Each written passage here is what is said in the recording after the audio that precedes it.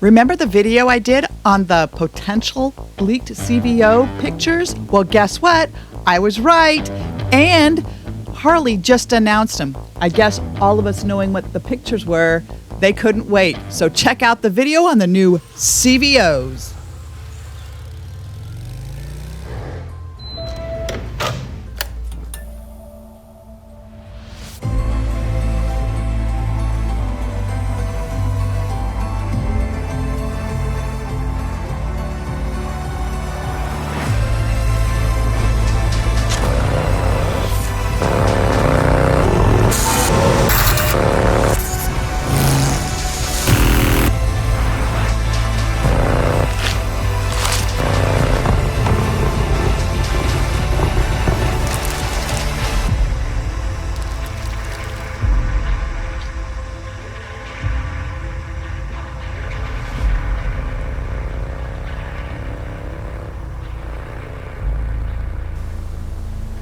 Pretty cool to have been right on this.